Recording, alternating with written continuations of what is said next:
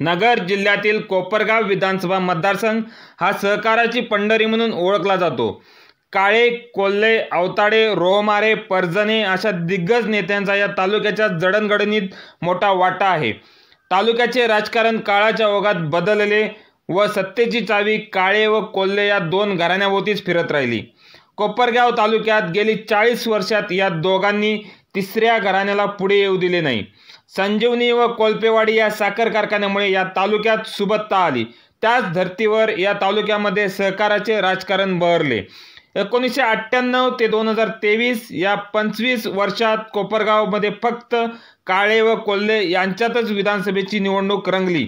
सध्या कोपरगावच्या राजकारणामध्ये काळे व कोल्हे यांची तिसरी पिढी सक्रिय आहे। विद्यमान आमदार आशुतोष काळे व युवा नेते विवेक कोल्हे हे या दोन घराण्यांच्या तिसऱ्या पिढीचे युवा शिलेदार।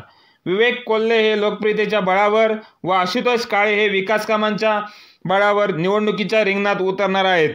गेल्या विधानसभा निवडणुकीमध्ये आशुतोष काळे यांनी स्नेहलता कोल्हे यांचा अवघ्या 845 मतांनी पराभव केला होता। त्याच पराभवाचा बदला घेण्यासाठी विवेक कोल्हे हे आशुतोष काळे यांच्या विरोधात मैदानात उतरणार आहेत। येत्या विधानसभा निवडणुकीत कोपरगावमधून काळे की कोल्हे कोण विजयी होईल याचाच आढावा आपण या व्हिडिओच्या माध्यमातून घेणार आहोत। नमस्कार, मी प्रवीण, महाबुलेटिन न्यूजमध्ये आपले स्वागत आहे। व्हिडिओला सुरुवात करण्याआधी आपण आमच्या यूट्यूब चॅनलला सबस्क्राईब नसेल केले तर लगेच सबस्क्राईब करा।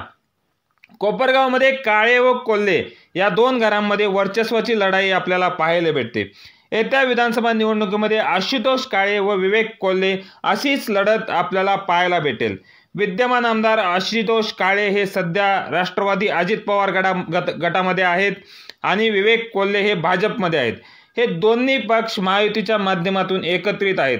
येत्या विधानसभा निवडणुकीमध्ये विद्यमान आमदार आशुतोष काळे यांना महायुतीकडून उमेदवारी मिळण्याची शक्यता आहे। त्यामुळे विवेक कोल्हे हे उमेदवारीसाठी नवीन पर्याय शोधत आहेत। मध्यंतरी विवेक कोल्हे यांनी शरद पवार यांची भेट घेतल्याचं बोलले जाते। ते काही दिवसांमध्ये ते राष्ट्रवादी शरदचंद्र पवार गटामध्ये प्रवेश करतील अशी शक्यता देखील आहे। विवेक कोल्हे भाजपमध्ये असले तरी त्यांचे शरद पवार, बाळासाहेब थोरात व संजय राऊत यांच्याशी चांगले संबंध आहेत। त्याच माध्यमातून विवेक कोल्हे हे महाविकास आघाडीकडून रिंगणात उतरतील अशी शक्यता आहे।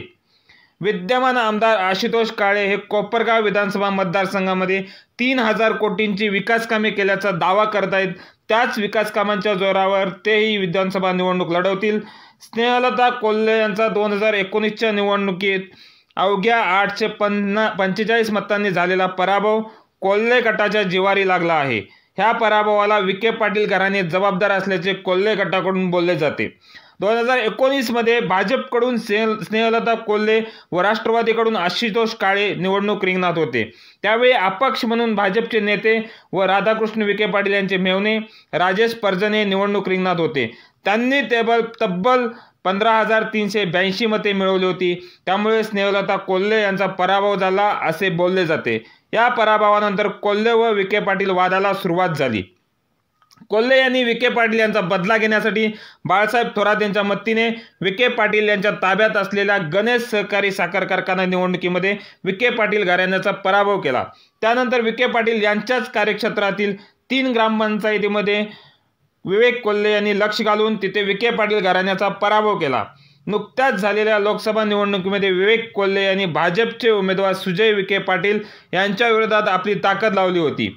आता तेथे विधानसभा निवडणुकीमध्ये सुजय विखे पाटील हे गणेश साखर कारखाना निवडणुकीतील पराभव तसेच लोकसभा निवडणुकीतील पराभवाचा वचपा काढण्यासाठी कोल्हे यांच्या विरोधात आशुतोष काळे यांना ताकद देतील।